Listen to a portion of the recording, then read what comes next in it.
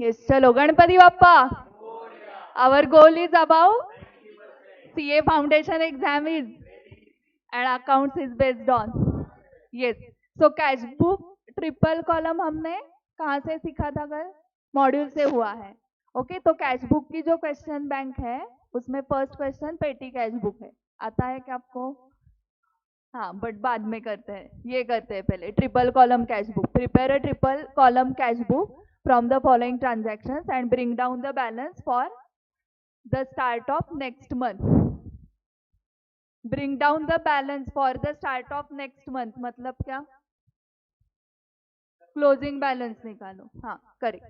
सो यहाँ पर triple column मतलब कितने कॉलम्स आएंगे? Cash, bank and discount. Cash in hand कहाँ पे लिखोगे? To balance brought down cash column. Cash at bank, bank column. Paid into bank, bank to cash. So debit side को to cash, bank के column में 2000 and यहाँ पर by bank cash के column में 2000. Bought furniture and issued cheque 3000. हाँ so payment side को by furniture, bank column में 3000. Purchase goods for cash, purchases to cash. So on payment side क्या लिखोगे? बाय परचेसेस कैश कॉलम में 1000. Received cash from Mohan, discount allowed to him to Mohan. On receipt side discount column में 40 and cash column में 1960. Cash sales, to sales cash column में 10,000. Paid to Amar by cheque and discount received by Amar. Bank column में 2900, discount में 100. Paid into bank again, bank to cash. Withdrawn from bank for private expenses.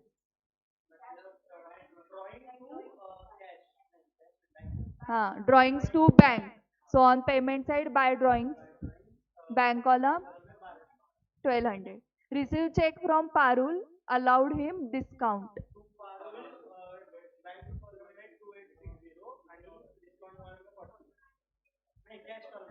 हाँ कहाँ से समझा? क्योंकि आपको next transaction भी पढ़नी है.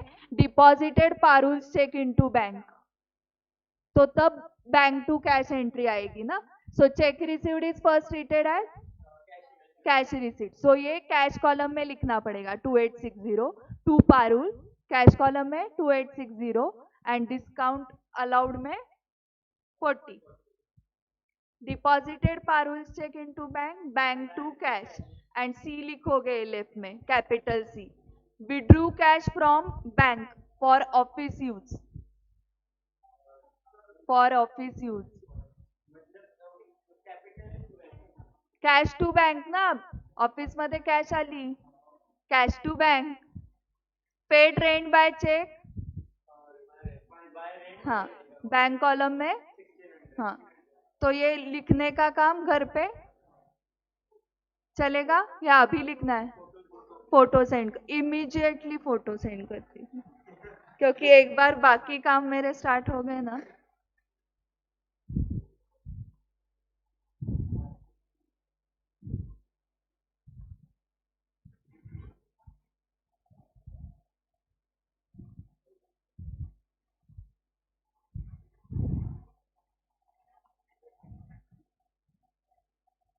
यस ये पूरा आप बताओगे या सेम ही है? कॉपी पेस्ट, कॉपी पेस्ट है ना थर्ड क्वेश्चन. चेक करो कौन सी अलग ट्रांजैक्शन दिख रही है तो. यस सो क्वेश्चन 3 आपको करना है सॉल्व. प्रैक्टिस के लिए चाहिए फोटो? नहीं पूरा सेम है. करेक्ट, अमाउंट सिर्फ डिफरेंट है. फोर्थ में पेटी कैश बुक है जो सीखा नहीं है अभी तक. फिफ्थ ये भी सेम है. पारुल का सिर्फ बी हो गया ना, पी नहीं. पारुल का क्या हुआ?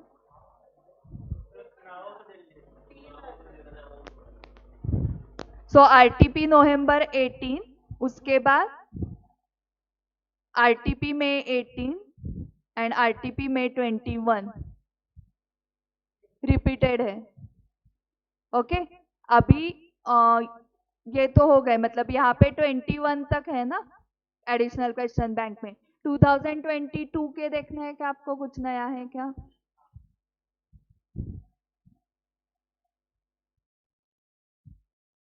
यस, सो मई 22 आरटीपी में पेटी कैश बुक है, सो वो बाद में करेंगे। नवंबर 22 आरटीपी में कैश बुक दिया है हेडिंग, बट उसमें परचेस रिटर्न बुक है जो आपको आता है, करेक्ट। अभी जून 23 मई 23 लेटेस्ट देखते हैं क्या है।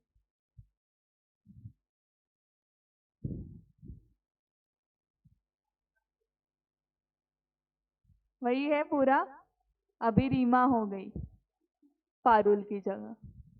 सेम है ना, cash in and cash at bank paid into bank, ठीक है। मतलब आपको एक ही क्वेश्चन करना है, बाकी सब सेम है।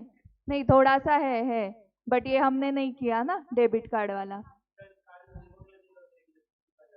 हाँ सेम है क्या वो? ओके तो ये आपको आ गया कमीशन का। Bank charge 1% commission on sale through debit और क्रेडिट कार्ड।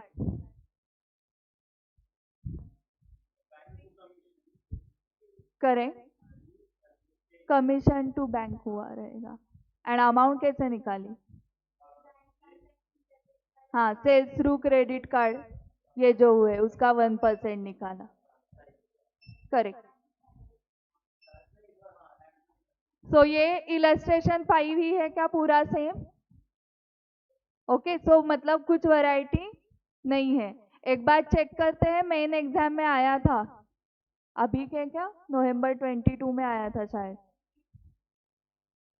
हाँ ये आरटीपी हो गए रिविजन टेस्ट पेपर, अभी मेन एग्जाम का।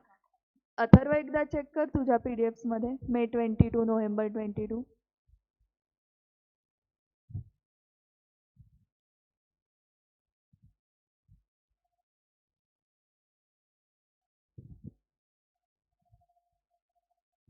ये तो ट्रायल बैलेंस का था, ये आपने किया।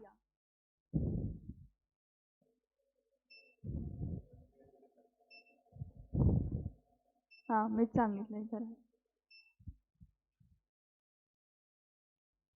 हाँ सो मई 22 में अगर ट्रायल बैलेंस है तो दिसंबर 22 में होगा कैश बुक।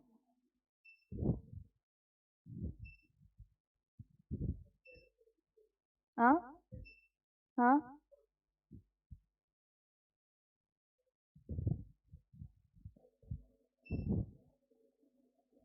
बीआरएस है, बीआरएस है वो। You are required to prepare BRS.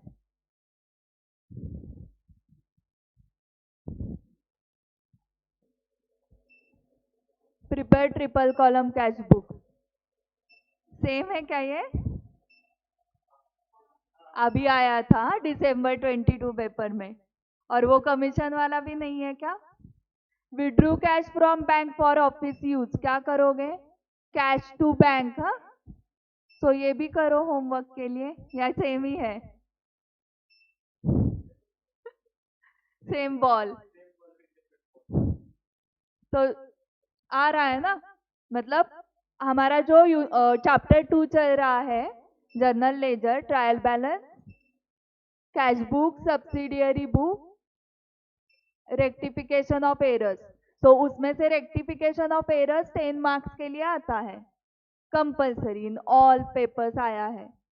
तो वो छोड़ के journal ledger, trial balance, cash book, subsidiary book, इन 5 में से जर्नल लेजर पे ऐसे स्पेसिफिक क्वेश्चन नहीं आए हैं अभी तक आए तो ट्रायल बैलेंस देखा आपने मई 22 में 5 मार्क्स, ये देखा कैश बुक का।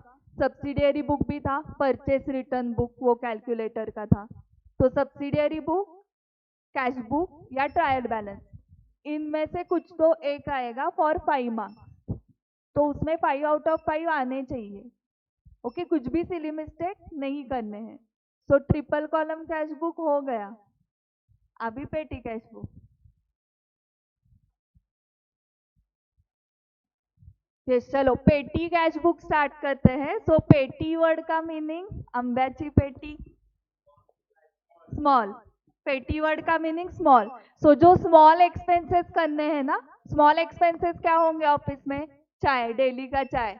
और क्या स्मॉल एक्सपेंसेस होंगे? ऐसे कुछ तो रिपेयरिंग किया, ट्यूबलाइट चेंज की, न्यूज़पेपर हो सकता है अगर ऑफिस में मंगवाते हो तो, स्टेशनरी छोटी छोटी, फेयर, करेक्ट। मतलब आप आपके एम्प्लॉय को बैंक में जाना है या आपकी दूसरी ब्रांच है एक ही सिटी में, तो ऑटो फेयर आप दे रहे हो उसको कि ऑटो से जाओ दूसरे ब्रांच में, ये फाइल्स दे के आ जाओ, या ऑटो से जाओ बैंक में और चेक्स डिपॉजिट करो।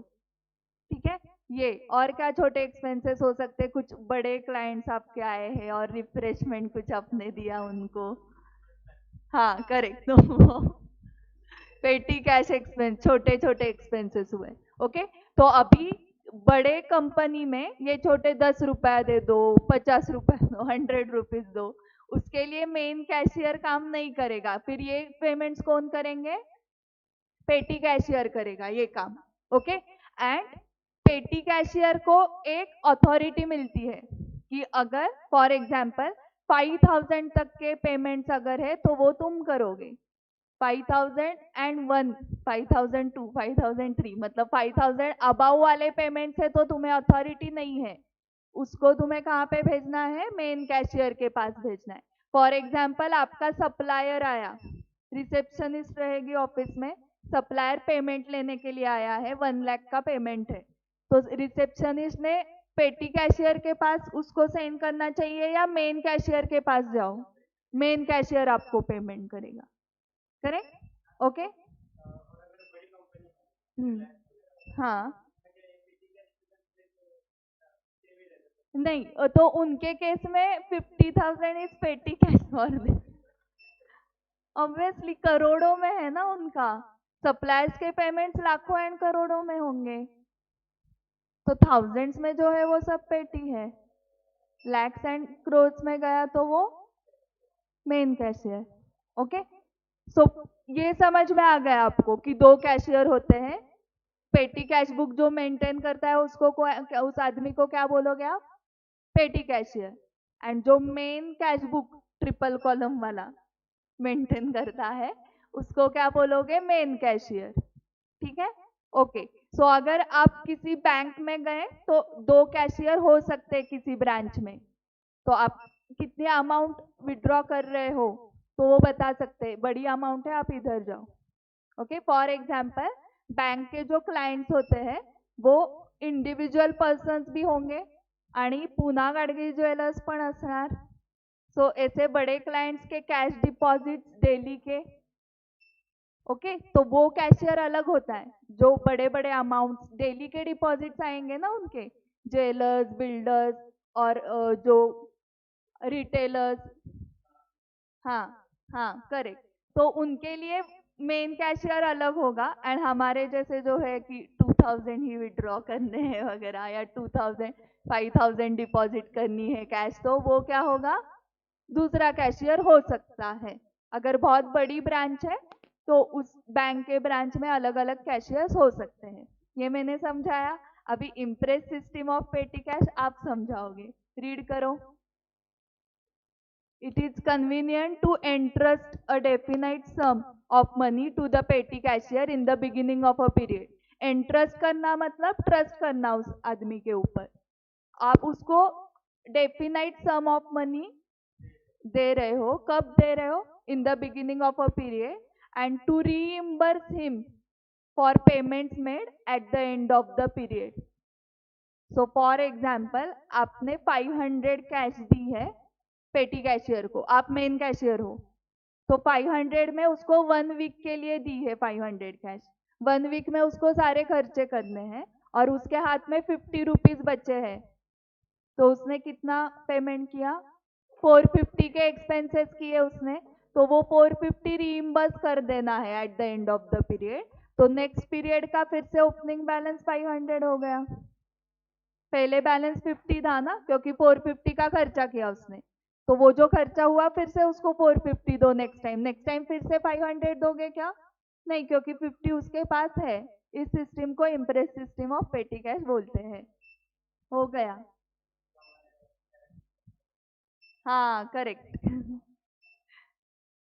Thus he will again have, thus he will have again the fixed amount in the beginning of new period.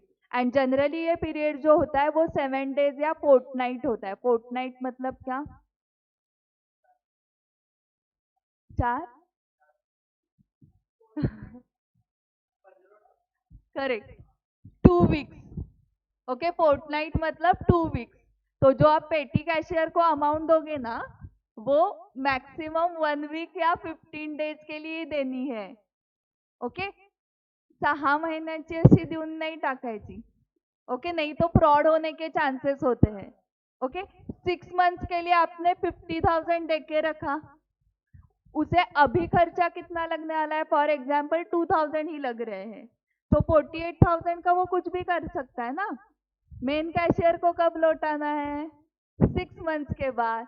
तो 6 months में 48,000 यूज करो. कहाँ पे? तो 6 months के बाद 48,000 लाएंगे कहाँ से? तो करेक्ट. तो दैट्स वाई 7 days या 15 days का ही पेमेंट देना है उसको, क्योंकि उसको अभी आपको पता है डेली का 10 रुपए का चाह होता है. फॉर एग्जाम्पल स्टेशनरी, आपको पता है ना आपके बिजनेस में डेली कैश कितनी लगती है, उस हिसाब से आपको इम्प्रेस सिस्टम की अमाउंट डिसाइड करनी होगी. करेक्ट. अगर 50,000 लगता ही नहीं है तो आप दोगे क्या? 7 days में कितना डेली कैश लगेगा आपके बिजनेस में आपको पता होगा ना, उस हिसाब से आपको वो अमाउंट सेट करनी है. तो ये हर एक कंपनी की अलग होगी.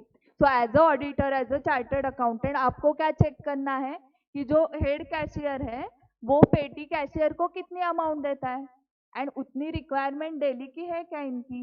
नहीं तो वो दोनों मिले हुए हैं तो वो 48,000 24 एंड 6 months के बाद रिटर्न 50,000, ऐसे हो सकता है कि नहीं? करेक्ट. तो ये आपको चेक करना पड़ेगा कि वो दो कैशियर, उनका रिलेशन कैसे है, क्या अमाउंट दिए जा रहे हैं. ओके, अगर दोनों मिला के फ्रॉड कर रहे हैं तो वो फाइंड आउट करना डिफिकल्ट है या इजी है? डिफिकल्ट है. बट एक एथिकल वाला आदमी है और दूसरा फ्रॉड वाला है, तो वो फ्रॉड आप डिटेक्ट इजीली कर पाओगे. करेक्ट. समझ में आ गया आपको? तो हमें अकाउंट सीखते वक्त एज अ अकाउंटेंट नहीं सीखना है, वो आपने सीखा 11th-12th में. एज अ ऑडिटर यहाँ पे मेरा रोल क्या है? अगर 2 आदमी आ रहे हैं तो वहां पर मेरा रोल क्या है? अगर मैम बता रहे हैं कि हेड कैशियर से कुछ अमाउंट आने वाली है पेटी कैशियर को, एंड ऐसे क्यों रखा है 7 days 15 days का रीजन क्या है? तो ये रीजन है. क्लियर हुआ? यहाँ पर क्या दिया है पढ़ो. The system is very useful, especially if an analytical petty cash book is used. Analytical मतलब एनालिसिस करना, कॉलम वाइज एनालिसिस. सो पोस्टेज का एक कॉलम आएगा, करेक्ट. एक और क्या? रिफ्रेशमेंट का, ऑफिस एक्सपेंसेस का, ट्रैवलिंग का, मिसलेनियस का. वो एनालिसिस हम कर रहे हैं कि जो 500 दिए थे उसका तुमने क्या किया. The book has one column to record the receipt of cash, which is only from main cashier. सो जो रिसीट है 10 रुपए की रिसीट भी आ गई तो मेन कैशियर खड़े जाएगी. ओके, इसके पास रिसीट कहाँ से आएगी? पेटी कैशियर के पास एक ही सोर्स, हेड कैशियर. कुछ बाकी रिसीट्स रखने ही नहीं है, नहीं तो 10 रुपया घर पेटी कैशियर के. रिसीट्स पेटी कैशियर को कुछ भी देने ही नहीं है. ओके, कस्टमर देगा क्या पेटी कैशियर को? कुछ कैश नहीं देता. जो भी रिसीट्स है वो हेड कैशियर के पास, 10 रुपए का भी. हेड कैशियर इसको जो अमाउंट देता है 500 1000 इम्प्रेस सिस्टम थ्रू, उतना ही इनका इनकम है. तो आप रिसीट साइड कहाँ पे दिखाते हो? फर्स्ट स्टार्ट ही रिसीट कॉलम से होता है पेटी कैश बुक में, फिर डेट का कॉलम आता है. थोड़ा उल्टा है इधर. And other columns to record payment of various types. The total of various columns show why payments have been made and then the relevant accounts can be debited. So वो totals आप लेते हो. ट्रैवलिंग एक्सपेंसेस कॉलम का total लिया, वो कहाँ पे जाएगा? ट्रैवलिंग एक्सपेंस लेजर अकाउंट के डेबिट साइड को टू पेटी कैश. ये लेजर पोस्टिंग भी हो गया. अभी ये 5 पॉइंट्स पढ़ो एंड मैं पढ़ती हूँ, आप मीनिंग बताओ. The amount fixed for petty cash should be sufficient for the likely small payments for a relatively short period, say for a week or fortnight. ये हमने डिस्कस किया कि पूरे वीक या 15 डेज के लिए जितनी अमाउंट लगेगी उतनी सफिशिएंट अमाउंट हम फिक्स करेंगे for petty cash. Second, the reimbursement should be made only when petty cashier prepares a statement showing total payment supported by vouchers. Vouchers मतलब documentary evidence and should be limited to the amount of actual reimbursement. Okay एक employ आया पेटी cashier के पास, मुझे 300 दो. पेटी cashier ने पूछा क्यों, तो एम्प्लॉय ने बोला 300 का पेट्रोल डलवाया है अभी, ड्राइवर है वो ओनर का. ड्राइवर ने बोला 300 दो मुझे, कार में अभी पेट्रोल डलवाया है ओनर की. ये देगा 300, तो क्या लेना चाहिए उससे, पेट्रोल का बिल होना चाहिए. ओके, वो क्या बोलेगा, बिल कैसा, ओनर के कार में डाला है, बिल कैसा, ऐसे कुछ भी रीजन वो देंगे. ओनर हो, उसका बाप हो, कोई हो, बिल लगता है अकाउंट्स के लिए. वहां से फ्रॉड स्टार्ट होते हैं छोटे छोटे, डायरेक्टली करोड़ों से नहीं स्टार्ट करते. जो फ्रॉड वाले लोग होते हैं धीरे धीरे 300 से 3000 30,000 करते करते करोड़ों में जाता है वो. ओके, और क्या हो सकता है, अरे वो 300 दो, उसमें से 150 तुम्हारा, बिल मत मांगो. पेटी कैशियर एंड ड्राइवर एक साथ. तो ये सब आपको जब ऑडिट को आप जाते हो ना, तो वो ये सब देखना पड़ता है कि ड्राइवर एंड पेटी कैशियर क्या चर्चा कर रहे हैं इतना टाइम. इसको तो सिर्फ 300 लेना है, बट 10-15 मिनट हुए वहां पर ही है, तो एग्जैक्टली क्या चल रहा है. ओके, क्योंकि वो क्या करेगा, बिल मत मांगो, 300 दो मुझे, उसमें से 150 तुम घर लेके जाओ. ऐसे ही फ्रॉड्स होते हैं ना. ओके, फ्रॉड अकेला कोई नहीं कर सकता. एक बड़ी ऑर्गेनाइजेशन में डर लगता है क्योंकि वो अकेला अनएथिकल है, बाकी सब एथिकल है, तो पकड़ने के चांसेस है. बट सबको ही इन्वॉल्व करो फ्रॉड में तो कोई पकड़ा ही नहीं जाएगा ना. अगर पकड़े भी जा रहे हैं तो एक दूसरे को हेल्प करेंगे. ओके, तो हमेशा टीम होती है इनकी. हाँ, तो वो आपको डिटेक्ट करना है. ठीक है, ये समझा आपको. Third, the voucher should be filed in order. जो वाउचर दिया है उसने, पेटी कैशियर ने, फाइल में ऑर्डर में रखना चाहिए, क्योंकि वो फाइल कौन देखने वाला है, हेड कैशियर. फिर उसको अगर लगा सफिशिएंट तो वो, हाँ करेक्ट. तो यहाँ पे चेन देखो, ड्राइवर पेटी कैशियर दोस्त, पेटी कैशियर हेड कैशियर दोस्त, हेड कैशियर ऑडिटर दोस्त, तो निकलना ही नहीं है फ्रॉड कभी बाहर. तो वो डायरेक्टली जब करोड़ों में आने लगता है ना अमाउंट, तो हमें लगता है मॅडम करोडोचा फ्रॉड होईपर्यंत हे काय करत होते, तर काही करत नव्हते, ते सगळे मित्र होते, सगळ्यांनाच माहिती होतं. हमें लगता है ना इतने बड़े फ्रॉड होने तक क्या चल रहा था, तो सब वो एक साथ थे, बट किसी ने बीच में साथ छोड़ दी, तो फिर वो बाहर आ जाता है. Okay, no payment should be made without proper authorization. Also, payments above a certain specified limit should be made only by the main cashier. तो पेटी कैशियर के एक बार साइन सीख ली हमने, तो हो गया ना काम. The petty cashier should not be allowed to receive any cash except for reimbursement. So पेटी कैशियर को अलाउड नहीं कौन सी कैश रिसीव करना, 10 रुपए भी नहीं. तो ये हुआ बुक में पढ़ रहे, प्रैक्टिकल में क्या चलता होगा आप आर्टिकलशिप में देखोगे. ठीक है,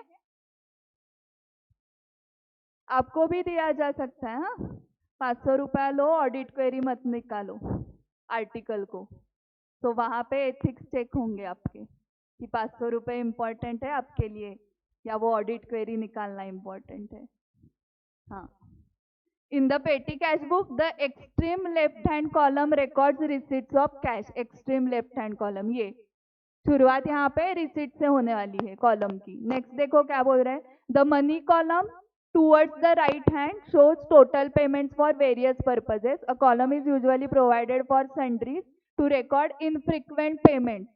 Okay, for example, आपके केबिन में आपकी चेयर है, उसका कुछ तो रिपेयरिंग करना है. ओके, व्हील्स चेंज करने हैं उसके चेयर के, तो ये आप हर रोज करोगे क्या व्हील्स चेंज, नहीं. तो ये इनफ्रीक्वेंट पेमेंट है ना, रिपेयरिंग वगैरह, तो वो किसमें रिकॉर्ड करना है, सन्ड्री एक्सपेंसेस में.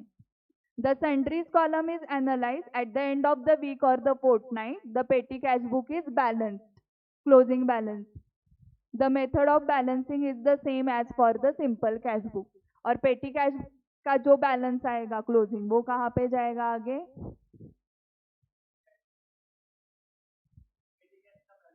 हाँ, बुक्स में कहाँ पे जाएगा?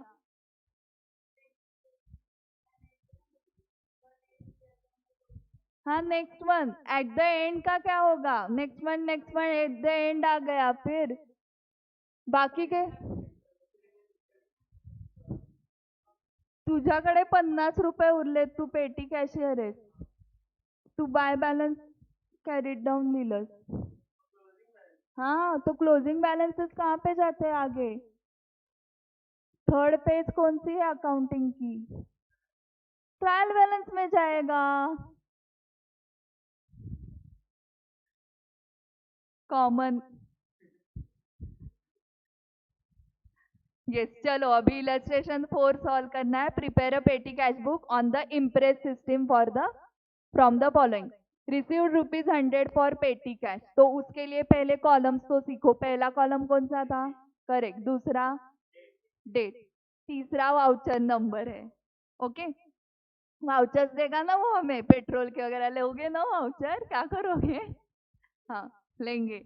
ओके, आपको तब लगेगा 500 का ही सवाल है, लेते हैं 500, लेकिन ऐसे 500 लिए ना तो इधर एक दिन सीए डिग्री जाएगी. हाँ, और फिर बाद में ऐसे है कि जिसकी डिग्री निकाली है वो फाउंडेशन के लिए फिर से बैठ ही नहीं सकता.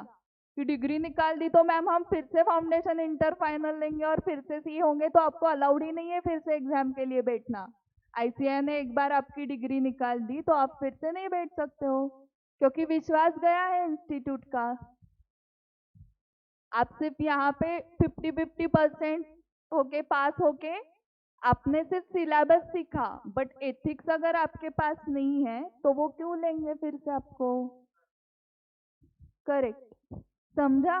तो ऐसे लगता है लोगों का, अरे 500 का किसको समझेगा, बट वो लत लगती है ना. हाँ, तो स्टार्टिंग में लगेगा 500 ही है, बट ऐसे कुछ करना नहीं है. ओके, पूरा एथिकल अगर करोगे काम तो रात को नींद आएगी ना अच्छे से, या डर लगेगा? जो एथिकली जाते हैं वो रात को अच्छे से सोते हैं, और जो नहीं जाते जिनको पता है गोलमाल किया है हमने, वो उनका प्रॉब्लेम होता है सोने का. फिर नंतर झोपायच्या गोळ्या घ्याव्या लागतात. Yes, so receipts, date, voucher number यहाँ तक आ गए. फिर पर्टिकुलर्स आता है, and then total, and then सारे पेमेंट स्टार्ट करने. तो आप कैसे याद रखोगे? सिंपल कैश बुक में हम डेट रिसिट ऐसे था ना, डेट फिर रिसिट, तो उसका उल्टा करो, रिसिट डेट.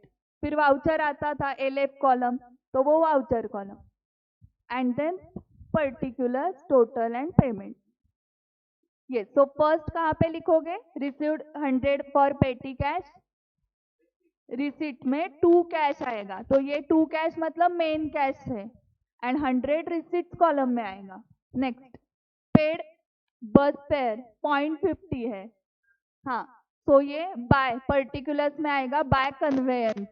हाँ, 0.50 है ये, तो ये टोटल कॉलम में भी आएगा एंड कन्वेंस कॉलम में भी आएगा. Paid cartridge 2.50. बाय कार्टेज किया है या बाय पोस्टेज? हाँ, 2.50. प्रिंटर में जो कार्टेज होता है वो प्रिंटर में एक होता है, मैं बाद में दिखा दूँ आपको प्रिंटर ओपन करके. Paid for postage and Telegram 5 रुपए. हाँ, बाय पोस्टेज एंड टेलीग्राम. आप ऑब्जर्व कर रहे हो क्या? वो अमाउंट 2 कॉलम्स में जा रही है, टोटल कॉलम में भी जा रही है एंड पोस्टेज एंड टेलीग्राम में भी गई है. Paid wages for casual labour, by wages 6 रुपए दिया है. Okay, by wages.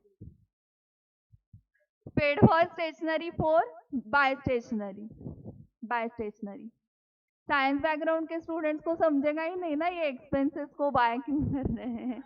Bye stationery, by rent. Paid tonga charges, tanga charges आपला. By conveyance 1 rupee. टांग्यात बसले का कोणी? बसले सगळे? हाँ okay. So paid tonga charges 2 rupees हुआ ना, वो बाय कन्वेंस में लिखना है. हाँ, बस से जाओ, घोड्यावरून जा, ओके, ऑटो से जाओ, सब कन्वेंस में लिखना है. Yes. Next, paid for the repairs to chair 15 rupees.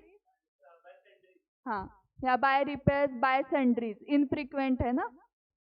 Repairs to furniture 15. Bus fair 1. Bye cartridge है, इन्होंने अलग कॉलम किया है तो वहां पे नहीं, तो पोस्टेज में पोस्टेज टेलीग्राम, ढोंगा charges, conveyance, cartage cartage, stationery, refreshment to customer, sundry. सारखं सारखं नाही खायला द्यायचं. आणि खायला सारखं देत नाही बघ. एकदाच रिफ्रेशमेंट दिली, ती सुद्धा 5 रुपयाचे, एक कटिंग दिला फक्त.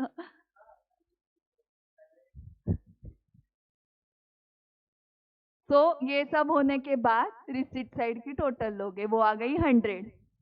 फिर पेमेंट्स की टोटल लोगे, वो आ गई 60. तो आपके पास बचे हैं 40.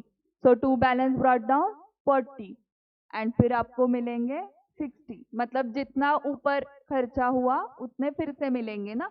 तो फिर से ओपनिंग बैलेंस हो गया 100. हो गया ये.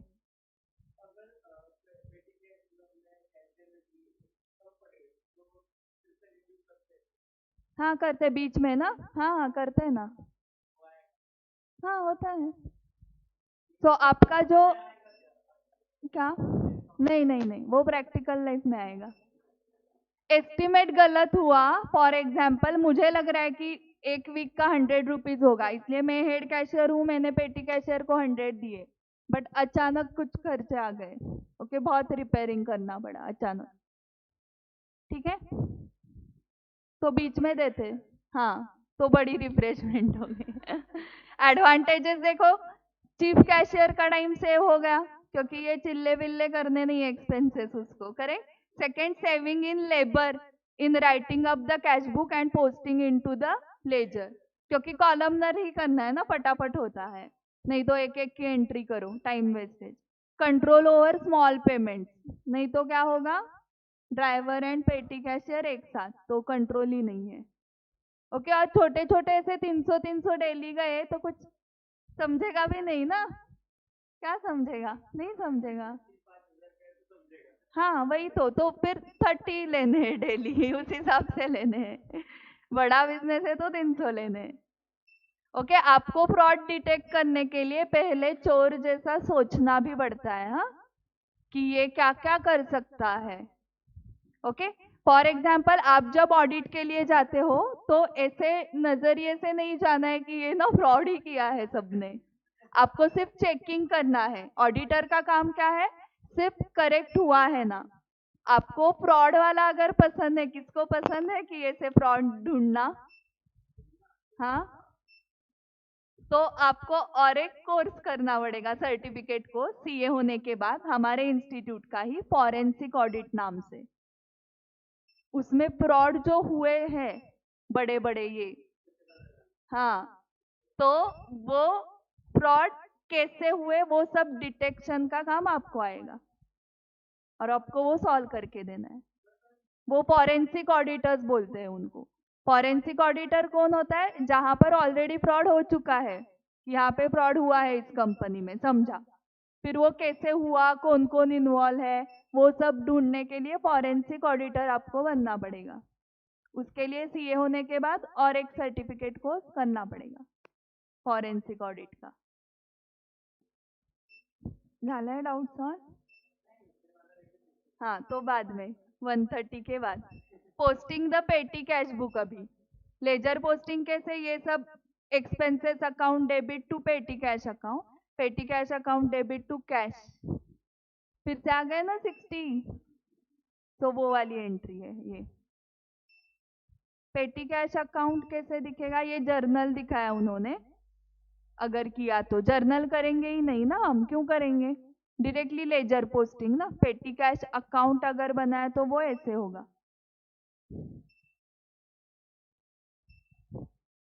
ठीक है, इसकी प्रैक्टिस पहले करते हैं and then entries for sale through credit and debit cards करते हैं। तो इसकी प्रैक्टिस करो। हाँ, ये डेबिट क्रेडिट से कार्ड का बाद में करते हैं। एक एक्सरसाइज में है पेटी कैश बुक का। Shri Ramaswamy maintains a columnar petty cash book, मतलब ही analytical petty cash book on imprest system. The imprest amount is 500, मतलब क्या? हाँ, correct correct.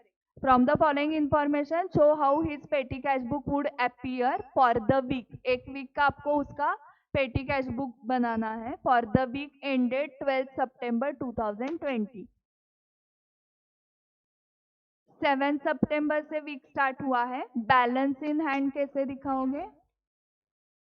To balance brought down, receipts column में अमाउंट आएगी 134.90। Received cash reimbursement to make up the imprest. Received cash reimbursement to make up the imprest to cash. तो इन दोनों की total 500 हो रही है क्या? हाँ, सो बैलेंस 134.90 था ओपनिंग एंड कैशियर ने हमें कितने दिए बैलेंस? 365.10। ओके, 0.10 कैसे दिए क्या पता। तो वो टोटल हो गया 500 और इसके बाद भी 0.90 बैलेंस कैसे पता नहीं। Stationery by stationery, miscellaneous expense by miscellaneous, repair by repair, by sundry, travelling by travelling. हाँ, stationery by stationery, miscellaneous expense, repair. हाँ, हो गया। फिर रिसिट्स की टोटल करोगे, फिर टोटल कॉलम की टोटल करोगे, फिर क्या आएगा? By balance carried down. यहाँ पे बाय 2 में गड़बड़ मत करो। हाँ, दिखाती हूँ कहाँ पे हो सकता है प्रॉब्लम। पर्टिकुलर्स का एक ही कॉलम है यहाँ पर, तो टू कैश इधर ही टू है एंड इधर ही बाय है एक ही कॉलम में। सो ओपनिंग के लिए 2 balance brought down and closing के लिए इसी कॉलम में बाय बैलेंस कैरिड डाउन, फिर इसी कॉलम में opening balance 2 balance brought down. Okay, एक ही पर्टिकुलर्स का कॉलम है इसलिए 2 एंड बाय एक ही पर्टिकुलर्स कॉलम में आने वाले हैं। क्लियर हुआ? यस। सो अभी कन्वेंस एंड ट्रैवलिंग का डिफरेंस हमें समझना है कि कन्वेंस कब लिखना है एंड ट्रैवलिंग कब लिखना है। आपका ऑफिस है, हेड ऑफिस कहाँ पे है आपका? पुणे में। पुणे में exact location curve road, Prestige point पे हमारा हेड ऑफिस है। ओके, और एक ब्रांच है हमारी सिंहगढ़ रोड। तो यहाँ से यहाँ पे आप ऑटो से ओला से ट्रैवल कर रहे हो। ओके, ढोंगा चादर से ट्रैवल कर रहे हो तो वो हो गया कन्वेंस। आपकी और एक ब्रांच है मुंबई में, तो आप शिवनेरी से जा रहे हो, ओला से जा रहे हो, तो वो हो गया ट्रैवलिंग। सिटी चेंज हुई तो ट्रैवलिंग, विद इन सिटी चल रहा है तो वो कन्वेंस। तो समझा कन्वेंस कब लिखना है, ट्रैवलिंग कब लिखना है। ओके, ये 2 क्वेश्चंस हमारे हो गए, इलस्ट्रेशन 4 एंड एक्सरसाइज का क्वेश्चन। अभी क्या करते हैं इसके बाद हम?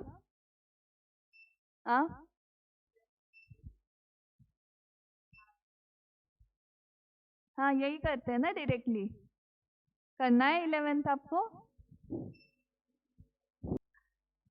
Yes, so first question, prepare petty cash book on the Impress system from the following. Received 1 lakh for petty cash.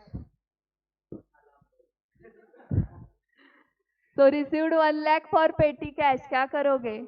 2 cash 1 lakh मिले। देखो, पेड टैक्सी पे है बाय कन्वेयंस, पेड कार्टेज, हाँ बाय कार्टेज और by postage, paid for courier by postage है telegram, paid wages by wages, paid for stationery by stationery, paid for the repairs to machinery by sundries, auto fare by conveyance, cartage cartage, paid for courier by postage and telegram, cartage okay, stationery sundry expense, फिर receipts की total 1 lakh है, फिर ये expense और total column की total, फिर by balance carried down. ये 2 triple column वाले थे ना, ये 4th again. Prepare petty cash book. Receive 20,000 for petty cash, 2 cash. Paid auto fare by conveyance. Paid cartage, cartage ही करो हाँ. Paid for postage and telegram, wages, stationery, repairs to machinery, bus fare, conveyance. Cartage, cartage, postage, telegram, cartage, stationery, sundry. Okay, additional question bank done. Yes कौन सा है ये मई 22 का RTP है ना. Receive 40,000 for petty cash, 2 cash. Paid auto fare, conveyance. Cartage, cartage. Paid for courier, हाँ. Wages, wages. Stationery, repairs to machinery, sundries. Bus fare by conveyance. Cartage, cartage. Courier, postage, cartage, cartage. Sundry, stationery, sundries. हाँ ये repetition है. हाँ तो आप illustration करो module का 4 and practical question. Yes तो डेबिट क्रेडिट कार्ड के सेल कर देंगे क्या तो कैश बुक हो गया टॉपिक. कलर रेक्टिफिकेशन ऑफ एरर स्टार्ट कर सकते हैं. Okay yes entries for a sale through debit और क्रेडिट कार्ड. तो डेबिट क्रेडिट कार्ड के नाम पता है आपको. HSBC card, SBI card, BOB card. आपके पास कार्ड्स है. Debit card and credit card में क्या डिफरेंस होता है.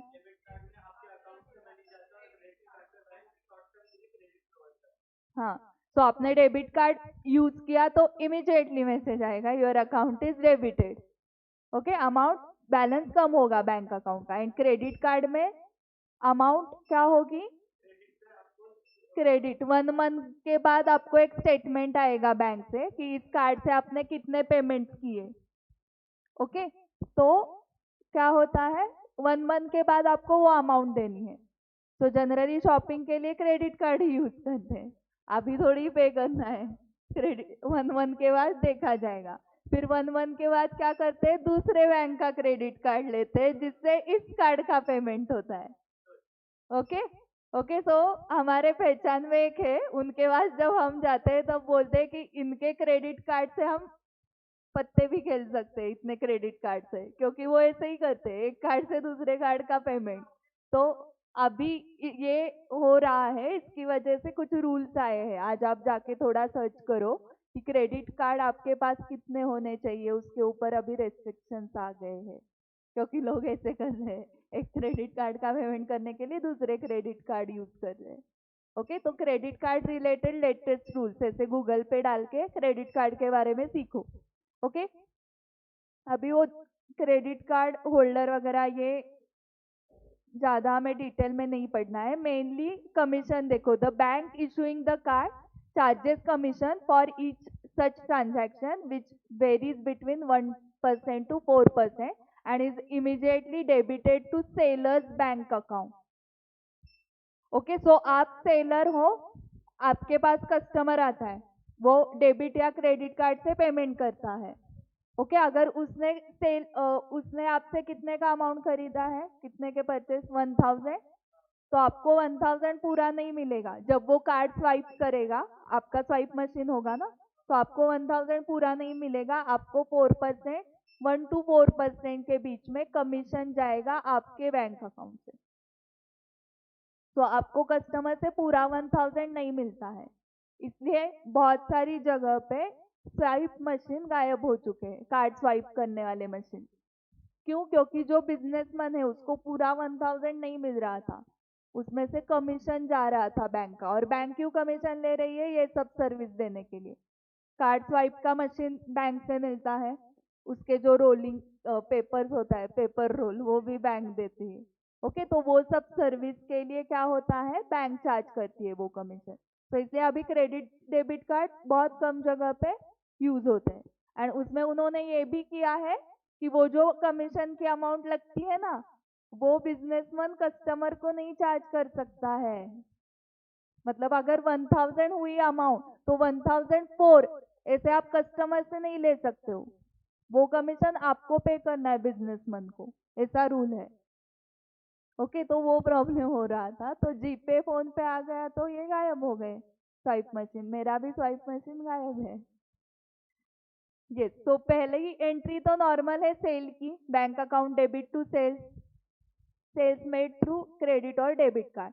तो किसी आपके कस्टमर ने डेबिट और क्रेडिट कार्ड से पेमेंट किया तो आप नॉर्मली एंट्री करोगे ना बैंक टू सेल्स, बैंक ही आएगा, कैश नहीं आएगा, क्योंकि कार्ड स्वाइप हुआ मतलब आपके बैंक का बैलेंस बढ़ेगा, कैश का नहीं।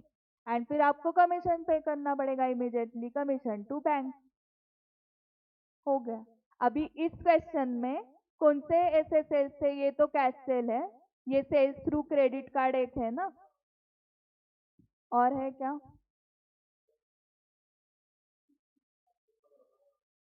हाँ, तो ये 3200 sales through debit card and sales through credit card 2800, तो ये कितना हो रहा है? 6000। इसकी एंट्री बैंक टू सेल्स हुई रहेगी। 6000 पे bank charge 1% commission on sales through debit और क्रेडिट कार्ड, तो अमाउंट 60 आई थी। 6000 पे 1% 60 and entry commission to bank, मतलब पेमेंट साइड को बाय कमीशन 60। इसमें इलस्ट्रेशन 5 में और कुछ डाउट्स है आपको? ये सारे आपको आ गए? चेक एंडोर्समेंट वगैरह?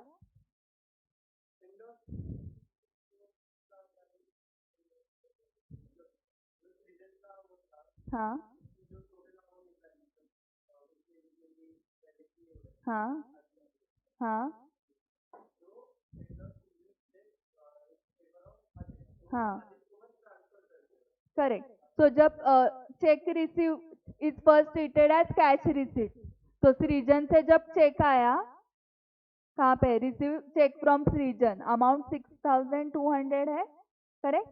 तो वो आपने कैश कॉलम में लिखा टू सृजन, हाँ, एंड जब आदित्य को दिया तो बाय आदित्य, अमाउंट सेम 6200।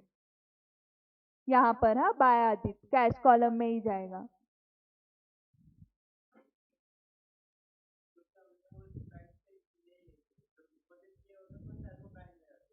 हाँ, करेक्ट।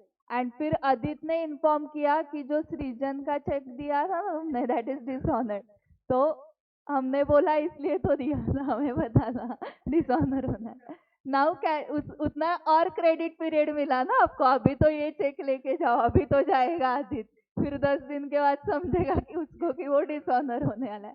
फिर now cash is receive from सृजन, तो तब तक आपके पास कैश आ चुकी थी उसको देने के लिए, and amount is paid to Aditya through own cheque. अभी मैं मेरा चेक देता हूँ जो डिसऑनर नहीं होगा, तो वो आपका चेक दिया मतलब पेमेंट साइड को by Aditya and amount 6200, correct. ये 3600 क्या है फिर? Now cash is receive from Srijan and amount is paid to Aditya through own cheque, तो कैश कितनी आई होगी सृजन से? Now cash is receive from Srijan 6200 आई होगी ना कैश, उसने दिया था पहले चेक, वो डिसऑनर हुआ, ओके। तो अभी सृजन से 6200 की कैश आ गई एंड 3600 आपने ये पे किया है थ्रू चेक, वो बाय आदित्य आया क्या? 3600 अमाउंट कहाँ पे गई?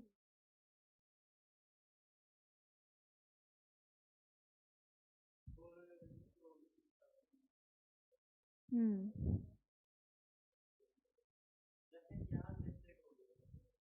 नहीं नहीं, ये टू अविराल है 3600, ये ऊपर चाहिए ये अमाउंट 3600 अविराल का, क्योंकि यहाँ पे अमाउंट की जरूरत ही नहीं है, वो तो 6200 ही है। देखो जब पहले, सबसे पहले क्या हुआ, चेक रिसीव फ्रॉम सृजन, वो कितने का था? 6200, तो वो आपने लिखा कैश बुक में टू सृजन, कैश कॉलम में 6200, वो आपने डिपॉजिट नहीं किया चेक, वो आपने क्या किया?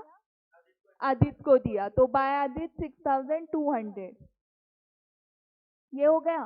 फिर आदित्य ने क्या इन्फॉर्म किया आपको? सृजन का चेक डिसऑनर हुआ है, तो आपको क्या एंट्री करनी पड़ेगी डिसऑनर की?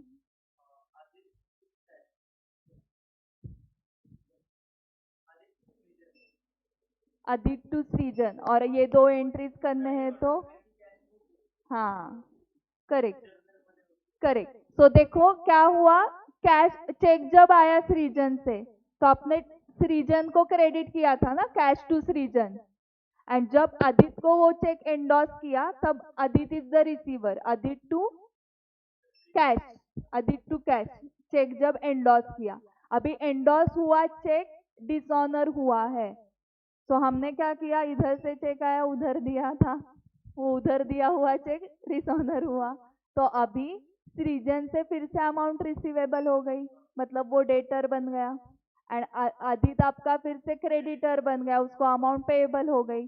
सो एंट्री इसने करेक्ट बताई, सृजन टू आदित।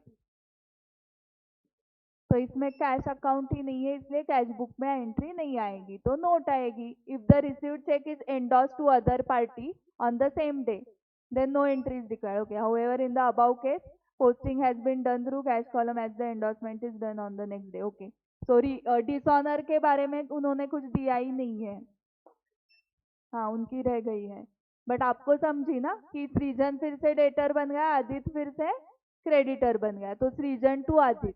अभी क्या हुआ है, ये 3600 अमाउंट इसकी है ही नहीं, ये किसकी है, अविराल की। तो अदित इन्फॉर्म दैट सृजन चेक इज डिसऑनर्ड, इसकी एंट्री क्या है, सृजन टू अदित। ये क्लियर हुआ ना डिसऑनर की entry. Now cash is receive from Srijan, cash to Srijan दिख रही है क्या, 6200, and amount is paid to Adit through own cheque to bank, Adit to bank दिख रहा है 6200, बैंक कॉलम में जाएगा ना ये। अभी क्या डाउट है इसमें? Okay, so cash book complete हो गया, वो अलाइनमेंट प्रॉब्लम, प्रिंटिंग प्रॉब्लम, वो 3600 ऊपर का है 1। ओके, सो कल हम रेक्टिफिकेशन ऑफ एरर स्टार्ट कर रहे हैं, कुठल्याही गल्ली बोळातनं मेन रोडनी या आपण।